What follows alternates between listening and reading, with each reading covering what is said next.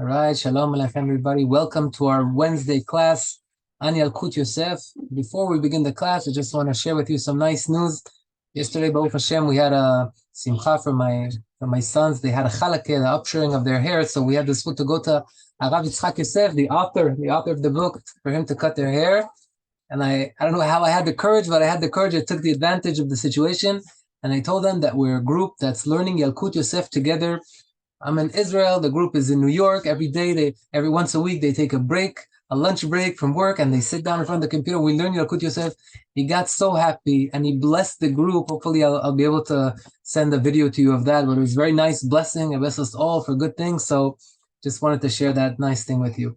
You know, the fact that we are learning something that the author is alive, Baruch Hashem, meaning, why am I saying that? Because a book like this, some books, you know, it's nice for a time, but after 50 years, 100 years, it's not so relevant. Times have changed.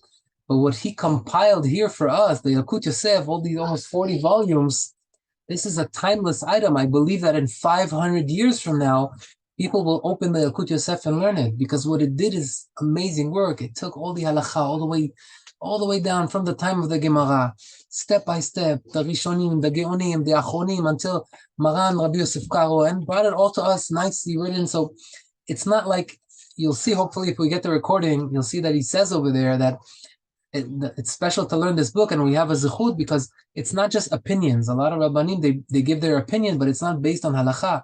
But he says the book is based on step-by-step, generation to generation, the torch, the fire, the Torah that was passed from down generation to generation. This is what we have here before. So we are learning, and it's unbelievable that, Baruch Hashem, that this figure of this timeless book that we're learning is here today, and we could go to him and get a brach from him, the chief rabbi of Israel. So chazak u'baruch to you guys to be in this group together, Baruch Hashem. All right, so now let's dive right in. But before we continue with the dinim of levishat bgadim, the halachot of how to get dressed in the morning, we have some homework. What's our homework? We were asked 2 questions last week, and right after the class, I dove right into it, and I tried to find an answer, and Baruch Hashem, some was easier to find, some was harder to find, but I want to share with you the questions and the answers. So I don't think I need to share the screen with you, but I did write it down for myself. So first of all, we mentioned that regarding certain halachot, a woman cannot put on tefillin, and even if she wants to put it on, mochimba. Mochimba means we tell her, sorry, you cannot put on the tefillin. So the questions that was brought up was, why? Why can't she put on tefillin? And we'll go a little bit into the details. So there's a famous Gemara. The Gemara says that Michal, the daughter of Shaul, the first king of Israel, used to put on tefillin. And the Gemara over there doesn't say that anybody, mocheba, told her, no, you have to take it off, right? What was her opinion? I guess they held that it's a mitzvah that's for men and for women, which means mitzvot that are dependent on time. Halacha says men are obligated, women are not obligated, like a sukkah, like a bat minim, etc. But mitzvot that are not dependent on time, women are also obligated. For some reason, they thought that the mitzvah of tefillin is not dependent on time, because every moment you could put on tefillin. And back then, she held that she can put on tefillin. That's okay that she held like that, but how come Chachamim didn't say anything to her? So the Tosfot on the spot says, maybe the Gemara doesn't say here that they complained to her. But the Psikta, right, another source says that Chachamim did complain to her and tell her that she cannot do that. So the question that we brought up is, okay, so they told her she can, they told her she cannot, but why? What's the reasoning behind that? Now let's sharpen the question. Even though it's a mitzvah that's dependent on time, and only men are obligated to do mitzvot that are dependent on time, like sukkah, like arbat minim. But if a woman wants to take arbat minim and shake them, or if a woman wants to take a lulav, or a woman wants to sit in the sukkah, we don't tell her she cannot sit. We tell her, don't say the beracha. Asher kideshanu b'mitzvotav v'tzivanu. Otachu lo tziva. He didn't metzaveh you. He didn't tell you you have to do it. The tzivui is for, okay, the woman won't say a beracha, but she could still put on tefillin. So what's the problem? Why did Chachamim have to stop her? I hope the question is clear. This is strengthening the question. So I looked from side to side, and we found a lot of rabbis that say that it's forbidden and we should stop her. But I could not find anyone that explains why we stop her, until the Mishnah Berura. The Mishnah Berura brings a rabbi called Halevush. Now, who was the Levush? The Levush, his name Levush means clothing. All right, Baruch haba, Simon. What does it mean, clothing? Why was he called, according to the clothing, Levush? Just even okay. So The reason why he was called a levush, this is a side note about the person that's going to give the answer to our question. Phenomenal story. The Mishnah Berurah says, the Chafetz Chaim, that he was called levush because his books, he wrote like maybe 10 different books that all of them are called halevush, like the clothing of. Why? Because the story about him was that he was a very beautiful man. And in the city that he lived, a very rich lady called him for business into her apartment. And when he came in, she locked the door. And he says, the Chafetz Chaim says this, I'm not saying this. He said that she told him, I want to do a bad deed with you, a little bit like Eshet Potifar and Yosef. He was that beautiful, she couldn't handle it. And he refused, of course. She locked the door and she did not let him out. And this is a rich, important lady. He had no choice but to jump out through the sewer. And he jumped out through the sewer system. And when he came out and got home, he took off all of his clothing that were stinking, item after item. And he thanked Hashem for saving him from sin, from that lady. And he said, Hashem, I am in debt to you now. This is how Chachamim saw stuff. I'm in debt to you, Hashem, from saving me from sin. He jumped into the sewer and he is in debt to Hashem. I wish we had that perspective. But that's what he said. I'm in debt to you, Hashem. And therefore, for each clothing item that I'm taking off right now, I'm going to write a book to you. And he wrote maybe 10 different books. They're called a levush, levush atchelet, levush argaman, etc. So in the levush, he brings that women are not allowed to put on talit and tefillin. Why? He says, because even though a woman wants to be mekayem this mitzvah, there is a isur. Why?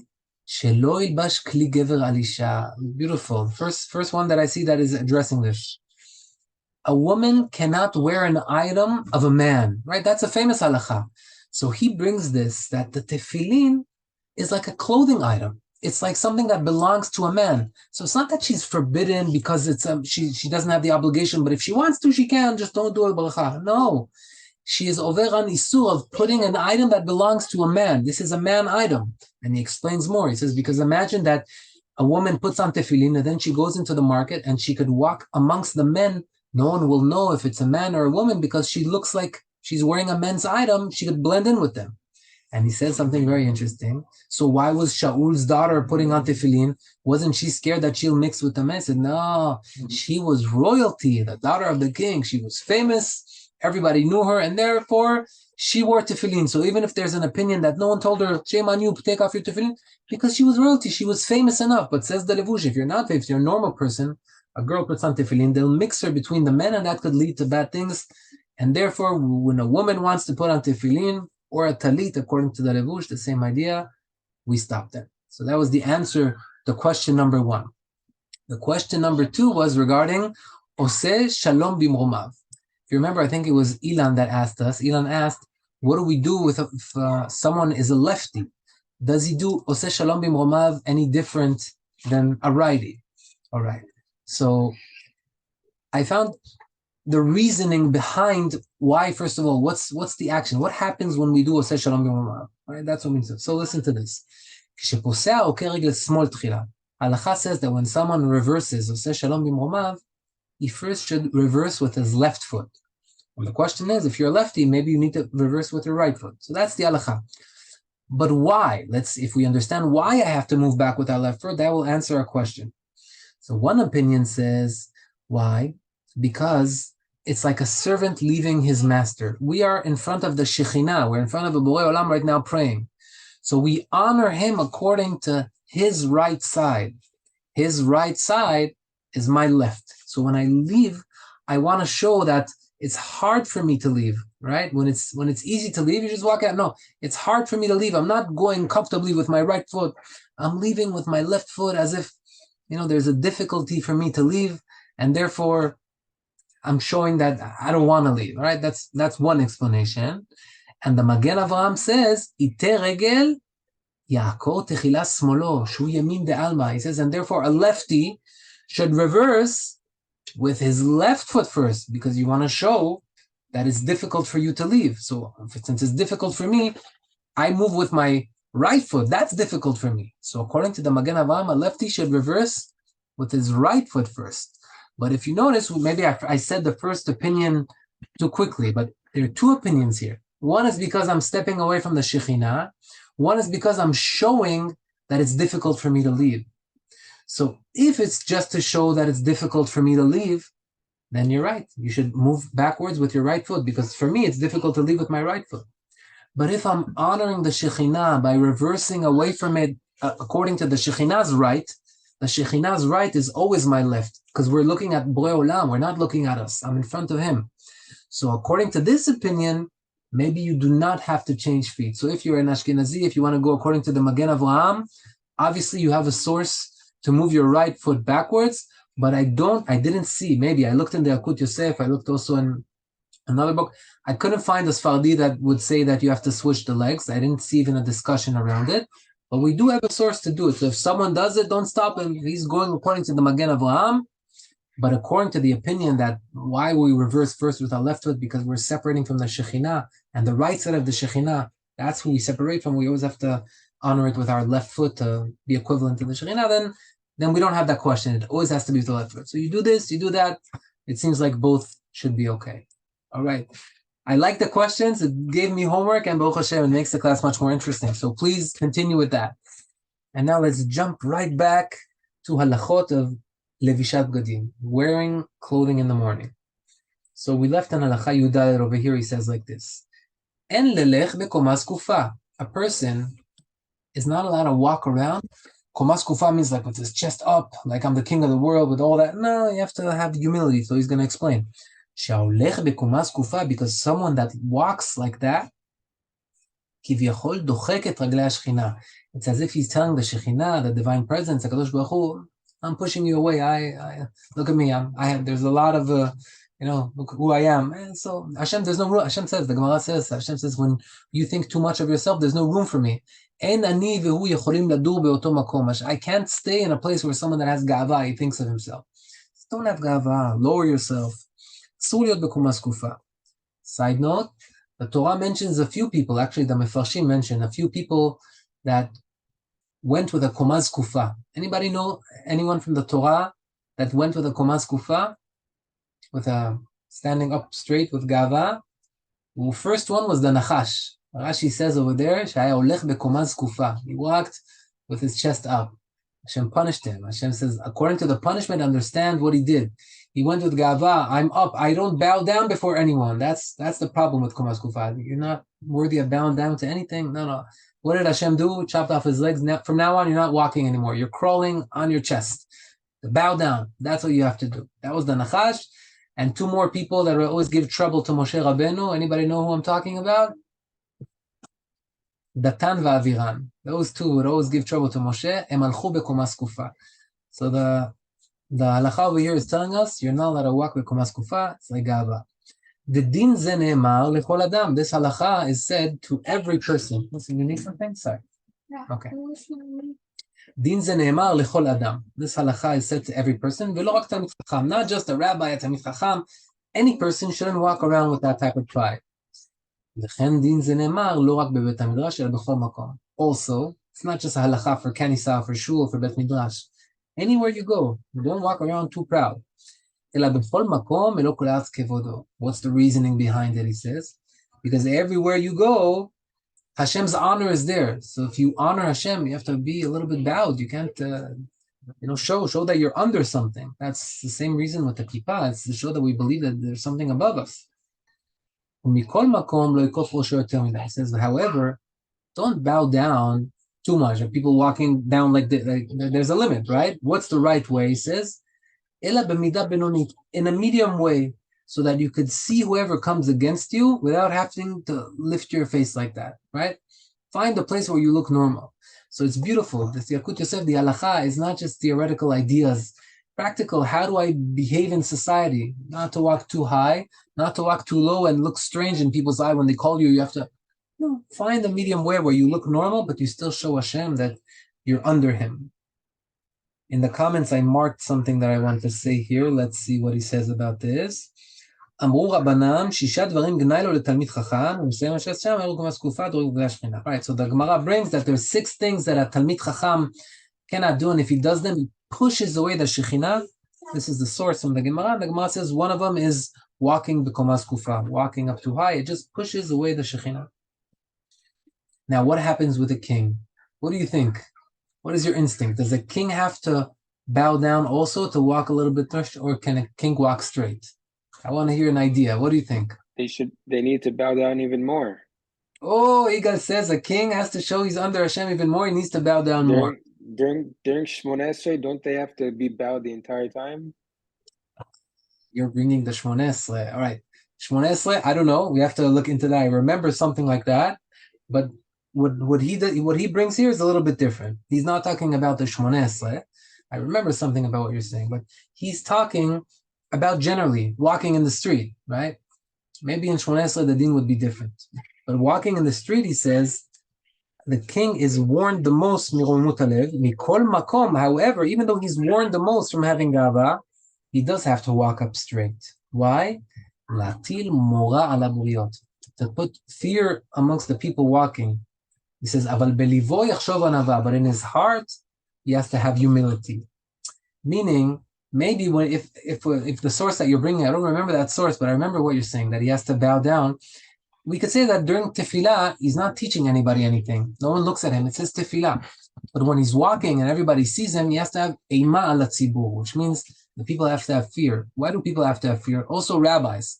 One rabbi recently told me, a rav, people should call him a rav. Why? Why does he need kavod? Well, a rav is the opposite of kavod. Why do we call him a rav? And he explained, it's not for the rav. It's so that the people listening to him would hear what he has to say and would listen and follow him. But if he doesn't carry himself right, then they're not going to listen to him. So the king is the person that the most needs to carry himself. He makes the decisions for the entire nation. And because of that, he should walk straight so that people look up to him. Like if you look at the chief rabbi, you come to it, you see he's wearing this like colorful special item on him. He's not just wearing a regular suit. Why? He wants gava, he wants kavod. No, the kavod of the Torah. Oh, look at him. Okay, you come to people with a regular suit, then they listen. They see that. Oh, what does he have to say? What does he have to? It's a natural thing. So he says that's why a king walk zakuf, walk proud, so that people will hear what the king has to say. All right, Chazak Baruch. Now he's talking about wearing a kippah. He says we are not allowed to walk 4 steps without a kippah. He says, and even if you're not walking, just sitting, but the time it takes you to walk 4 steps, you shouldn't walk around without a kippah. Wait for it.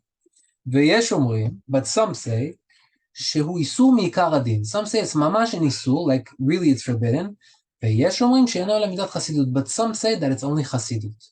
It's a Hasidic thing, meaning not Hasidim like the Hasidim, but it's a Chasidut to Hashem, meaning it's an extra step that people do towards Hashem, and therefore we are not obligated, but it's a Chasidut and it's worthy to do. Either way, everybody agrees it's worthy to do, but are we obligated or not? There's a machloket. And some, he says, V'yesh mechalkim ben talmid chacham shu isur mi'ikar hadin leven shar kol adam shu chasidut. And some say it is obligation, but only for the rabbis, for the talmidei chachamim. But for people, the balabatim, they go to work, they're not obligated. For them, it's only chasidut, right? So there are different opinions in this. He says, he says, really, even though the din, what the halacha requires, you don't have to wear a kippah. It's chasidut, it's extra. He says, however, mikol makom, bazman hazeh, in this time, yesh leachmir, meaning you should try to be stringent. Kısuy הראש מעיד על שייכותו למחנה שומרי תורה ומצוות. Why? Because when I have a kippah on, everybody knows I belong to Hashem's army. I'm part of the Jewish army that keeps Torah and mitzvot. It's a belonging. I'm not like the goyim. I'm different. But not just because I have to have a hair cover, because that's a chasidut. He says, minadin, that's a chasidut. So I remember when I used to pray in a Bukharian Bet Knesset in Tel Aviv, there was a guy there, big tzaddik. Every time I would come early to the tefillah, he was there 1 hour earlier already reading the whole book of Tehillim. I don't know, every day. And I was so impressed with this man. You see him on the street, he would walk without a kippah. It made me wonder. I see the guy is so firm, so religious. For him, he grew up, I guess, in a place where he can't put a kippah. Maybe it bothered him in his work, maybe this, that. So he went according to the opinion that it's chasidut. I don't need to do it. I'm a good Jew. I'm a proper Jew. I do everything that I need. Yalkut Yosef recommends to do it because that shows that we belong to Jewish society. We're under Hashem. But he says it's not an obligation. Ziv, does the opinion that says that it's chasidut, would they say that it's obligated whenever you're saying a bracha and learning Torah and stuff like that, or any time it's chasidut? Very good. So I hope that we're going to get to that. We're going to get to what happens during tefillah, during bracha. Is it any different, Be'ezrat Hashem? So Be'ezrat Hashem will develop it then, inshallah. All right. ויש בזה יותר. So where did I stop? לכן, כל מי שהוא ירא שמיים, he says, and therefore, anyone that is God-fearing should be careful to cover his head when he walks in public. שיהיה היכר בין עובד כואבים ללא עבדו, so that they could tell the difference between us and between those that don't serve Hashem. ויש בזה יותר ממידת חסידות, and he says, and there's even something above חסידות in it. What? הכיפה על ראשו של אדם ירא שמיים היא לסמל ולמופת שהוא שלח למחנה הדתי, because it's a symbol that I belong to the religious group, and the fear of God is upon me. ומי שהולך בגילוי ראש, he says, and whoever walks without a kippah, it could be a marit ayin, that people are going to suspect, oh, maybe this guy doesn't keep any Torah mitzvot, because people that do wear a kippah, he says, today times have changed, it may not look good. וכל שכן שהבא במחיצת רב גדול, he says, and very important that when you come amongst a big Rav, honor him by putting a kippah next to him, right? Not show him that you don't care. No, Rav is here, okay, we wear a kippah. And you see a lot of people, Rav comes in, they pull out a kippah, they put it on. All right, so let's continue the commentaries. I wrote it on one of the comments here. נמצא שחכמים תקנו ברכה מיוחדת לכיסוי ראש בברכות השחר. Yeah. What's the proof? In the ברכות השחר, who says, ברוך אתה השם, אלוקינו מלך העולם, עוטר ישראל בתפארה. Hashem puts a crown on us. He's saying, what is that crown? It's the kippah. So we have a source for it. The Bet Yosef brings it. We have a source that is good to cover our hair, our heads. מידת חסידות, להקפיד ללכת בכיפה גדולה. And he says, regarding חסידות, it's a חסידות to wear a very big kippah that covers our whole head, or at least most of it. ומכל מקום, but however, it's enough to put on a small kippah as long as it's seen from all sides of your head. As long as you're standing, everybody could see that you have a kippah, okay, it doesn't have to cover the majority of your head. That's the halacha. אולם, בשעת קריאת שמע ותפילה, however, when we come to קריאת שמע, or תפילה, או ברכת המזון, יגאל, ראוי להקפיד, it is worthy to be strict, to wear a hat, או לכל הפחות כיפה מכסה את רוב ראשו. Try to wear a hat or a kippah that covers the majority of your head. Meaning we see that covering the majority of our head is an extra value, is an added value. But he doesn't tell you that you have to do that during the day when you're walking places. But he says when you're praying, when you're saying berachot, try your best to cover the majority of your head. So the recommendation that is brought during Shmoneh Esrei, during Shema, I try to put the talit on. That's my tip that I got once from our Rav. Also according to the Kabbalah, there's a lot of good reasons to cover your head. And if it's hard for us during the whole tefillah to do it, but at least from when we get to Shema until the end of Shmoneh Esrei, even according to the Peshat, according to the Yalkut Yosef, he says, Ra'ui lakpid. It's worthy to do it, heichad efshar, whenever you can. It's not an obligation, whenever you can. And on the bottom, he writes in the comments that a person that works in banks or works in retail or whatever it is, and for him it's difficult to put on a kippah, so he brings the Shut Yabia Omer, the book by his father. The Yalkut Yosef brings his father's book Yabia Omer. V'sham he'ela shekol sheyesh tzorech, that whoever has a need, mutar lishev b'gilui rosh, he is allowed to sit without a hair cover, especially if there's a fear that he will lose parnasah because of that. A guy says, I'm opening a stand. If I have a kippah, no one's going to buy. Okay. The Rav says you're allowed to. Don't lose your parnasah because of that. So if we want to conclude, our understanding about a kippah is that it's not an obligation, but it's recommended, and even more so, it has extra value because people that see you know that you are not like the goyim and you belong to the Jewish people. But if it hurts your business, you're allowed to avoid it. A recommendation, try to wear a kippah that covers the most of your head, but you don't have to. It's enough that it's seen from all sides. But during Shema and Shemoneh Esrei and Birkat HaMazon, if you can try to cover the majority of your head, it's better. Wherever you can, also not an obligation. Now a person is going to a shower house. So today, we don't really have shower houses. Back then, no one had a shower in his home, right? Maybe the kings. A shower, you go public, there's like a bathing place. So am I allowed to walk around that place without a kippah? He says yes. Maybe the equivalent today, you know what I think it is? A mikveh, something like that. From there you can walk without a kippah. And he also brings the halacha of chofayam. Someone's going to a beach, obviously a separate beach that's just for men. He says, over there, am I allowed to walk around without a kippah? He says, yes. And not only when you're in the water, I can take off my kippah, he says. Even when you're on the shore, you're just walking around over there, you don't have to. Every time you're going to come out of the water, you're going to go back to your locker, take your kippah, wherever you put your stuff, and go back. No, you're not obligated to do that. However, but when you sit down now to eat something, to put a kippah on your head, it's worthy that you put a kippah on your head. Again, his language is worthy. What do I read in between the lines? He says, and most importantly, that you have to say a bracha before you eat. And you cannot say a bracha with your hair uncovered. But if someone does that, don't stop him. Someone is about to say a bracha. Hey, you're saying a bracha without a kippah. If you listen and you'll go to his locker or go find a kippah, good. But if he doesn't, it's better to eat without a bracha. Say the bracha also without a kippah. It's best to have a kippah when you're saying the beracha. That's the halacha. You should have a kippah on. But if someone does it without a kippah, don't stop him. Better he says the beracha. Okay. Mikar adin en kped al lishon b'gilui rosh. Also, halachically, he says, do I have to sleep with a kippah? The answer is no. There's no obligation to sleep with a kippah. But again, he says, but it's chasidut. It's extra. If you can sleep with a kippah, wherever you can. It's difficult for you, whatever it is, a soldier now, it doesn't work for him, okay. But if you're able to, if your hair is covered all night long, it's a bonus, not an obligation. I'm mentioning that again. All right. You should teach your children. From the first moment they could walk, that's the time period, or at least from the age of 3 after they get a haircut, and to make them accustomed to have their hair covered. He says yes, meaning it's a recommendation to do it. Again, it's not halacha. Even for a grown-up, we saw that it's not an obligation, it's a recommendation. So how much more so for a child? But today he says it's worthy that everybody does it. So for the children, try to raise them from that age.